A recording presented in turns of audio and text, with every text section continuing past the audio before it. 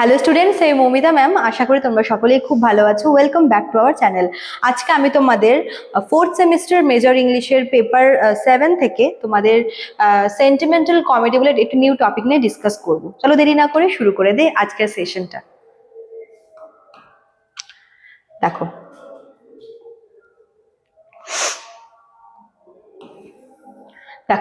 Sentimental comedy, ঠিক আছে। Sentimental comedy is a type of drama that became popular in the 18th century.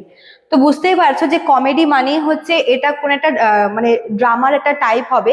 তো sentimental comedy হচ্ছে এক ধরনের ড্রামাটিক্যাল আর কি টাইপ, যেটা 18th সেঞ্চুরিতে কিন্তু পপুলারিটি পেয়েছিল।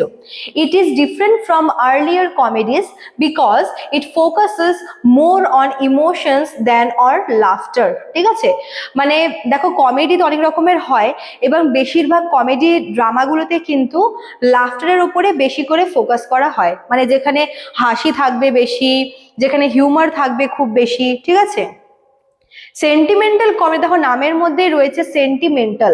সেন্টিমেন্টাল কমেডি মানে যেখানে কিন্তু এই যে হাসি বলো, হিউমার বলো, এই সব কিছুর থেকে বেশি কিন্তু ইমোশনের ওপরে ফোকাস করা হয়েছিল।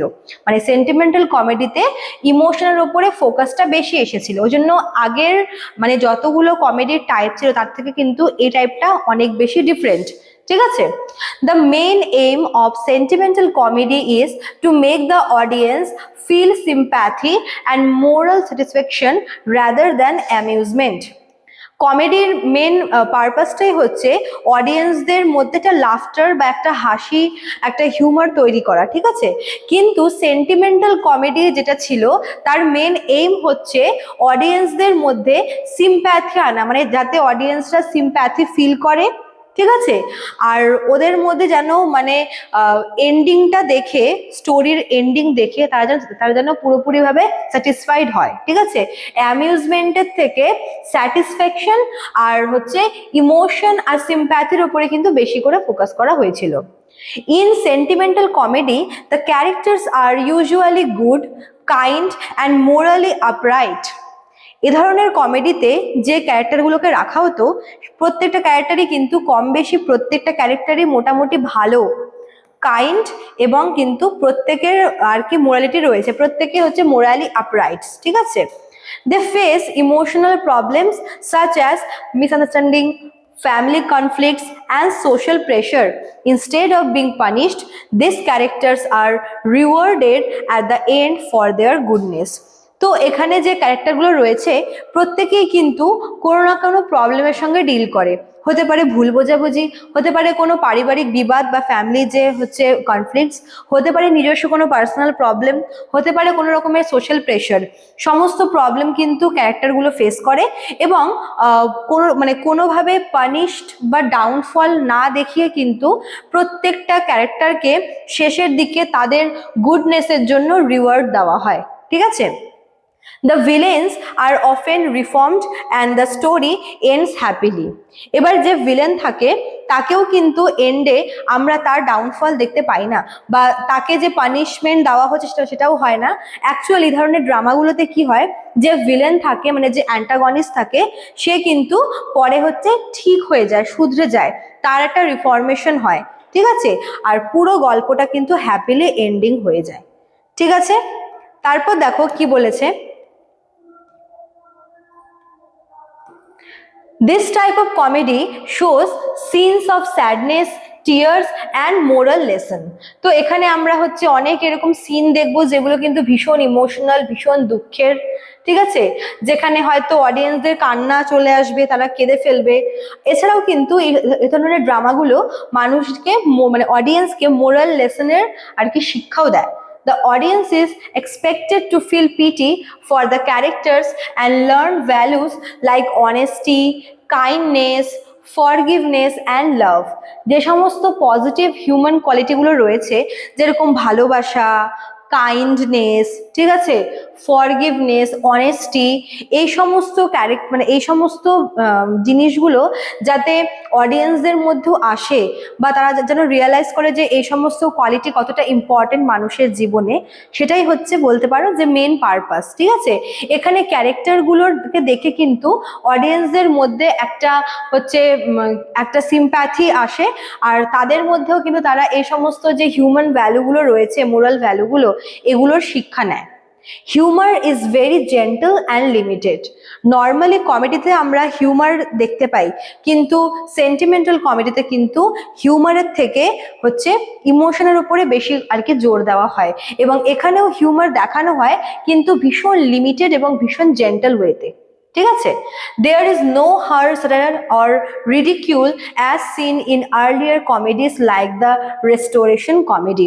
রেস্টোরেশন কমেডিতে যেরকম হচ্ছে মানে অনেক হার্শ কোনো একটা ক্রুয়েলটি বা হার্শ হচ্ছে হিউমার দেখানো হয়, কোনো কিছুকে ব্যঙ্গ করা হয়, স্যাটারিক্যাল যে বিষয়টা আছে সেটা কিন্তু এই ধরনের ড্রামাগুলোতে মানে এই ধরনের কমেডিগুলোতে হচ্ছে ইগনোর করা হয়, একটু অ্যাভয়েড করা হয়।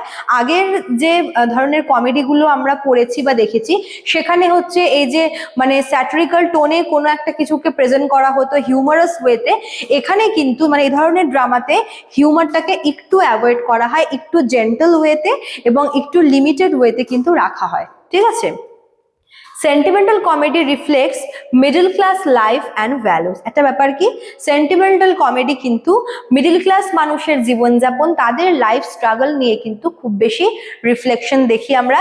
ইট shows ordinary people rather than kings or hero.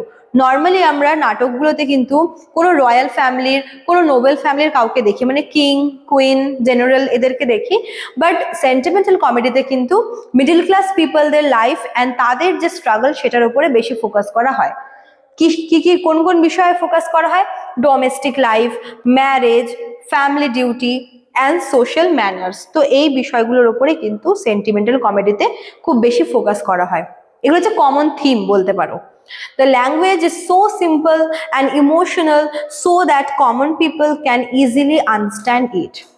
Literature শুরুর দিকে কিন্তু শুধুমাত্র স্কলার, শুধুমাত্র লার্নড ম্যানরাই বুঝতে পারতো, জানতে পারতো, কিন্তু আস্তে আস্তে অর্ডিনারি মানুষরাও কিন্তু হচ্ছে লিটারেচার সম্পর্কে ইন্টারেস্টেড হয়। তো এখানে মানে এই ধরনের যে কমেডিগুলো আছে এখানে ল্যাঙ্গুয়েজ ভীষণ সিম্পল এবং ভীষণ ইজি টু আন্ডারস্ট্যান্ড হিসেবে রাখা হয়, যাতে অর্ডিনারি পিপলরাও জিনিসটাকে বুঝতে পারে। ভীষণ ইমোশনাল এবং ভীষণ সিম্পল ল্যাঙ্গুয়েজে কিন্তু লেখাগুলো লেখা হয়, যাতে অর্ডিনারি কমন পিপলরাও লেখাটাকে বুঝতে পারে, পড়তে পারে, এবং তারা যেন মানে জিনিসটার মেন বিষয়টাকে তারা আর কি রিয়ালাইজ করতে পারে। ঠিক আছে, তারপর দেখো একদম আমরা লাস্টে কি দেখবো, দেখো some famous writers of sentimental comedy are Richard Steele, Colley, Cibber. তো এরা যে আছে, এরা এই যে স্টিল যে আছে, এর একটা লেখা আছে the conscious lover is a good example of sentimental comedy. ঠিক আছে, in short sentimental comedy is a drama that mixes comedy with emotion and moral teaching. তো সেন্টিমেন্টাল কমেডিতে কি করা হচ্ছে, এখানে কমেডির সাথে ইমোশনের একটা আমরা মিক্সিং দেখতে পাই, এবং অবশ্যই কিন্তু মোরাল টিচিং ব্যাপারটাও থাকছে। It entertains the audience in a soft way and encourages them to become better human beings through sympathy and virtue. এখানে অ্যাকচুয়ালি অডিয়েন্সদেরকে মানে অবশ্যই তো এটা হচ্ছে অডিয়েন্সদের আনন্দ দেওয়ার জন্য তো পারপাস অবশ্যই রয়েছে, তার পাশাপাশি কিন্তু এটা মানুষের মধ্যে সিম্প্যাথি এবং বিভিন্ন রকমের যে ভার্চুয়াস কোয়ালিটি রয়েছে সেগুলোকেও কিন্তু মানুষের মধ্যে, অডিয়েন্সের মধ্যে জাগিয়ে তোলার জন্য আর কি এই ধরনের ড্রামাগুলো রাখা হয়ে থাকে, ধরনের কমেডিগুলো। ঠিক আছে, চলো, তো এই ছিল তোমাদের আজকের ক্লাসটা। যারা ভাবছো আমাদের কাছে অ্যাডমিশন নেবে, তোমাদের ক্লাস কিন্তু শুরু হয়ে গেছে অলরেডি, এবং নোটসও কিন্তু প্রোভাইড করা হয়ে গেছে। তো যারা ভাবছো আমাদের কাছে অ্যাডমিশন নেবে তারা আমাদের অফিসিয়াল নাম্বারে কল করে নিও। আমাদের অফিসিয়াল নাম্বার দেখো দেওয়া আছে এখানে, নাম্বার দুটো। এছাড়াও কিন্তু এখানে দুটো কোর্স ফিও দেওয়া রয়েছে, মেজর এবং মাইনর দুটোর জন্যই। চলো আজকে এতটাই থাকলো, দেখা হচ্ছে নেক্সট ক্লাসে। Thank you.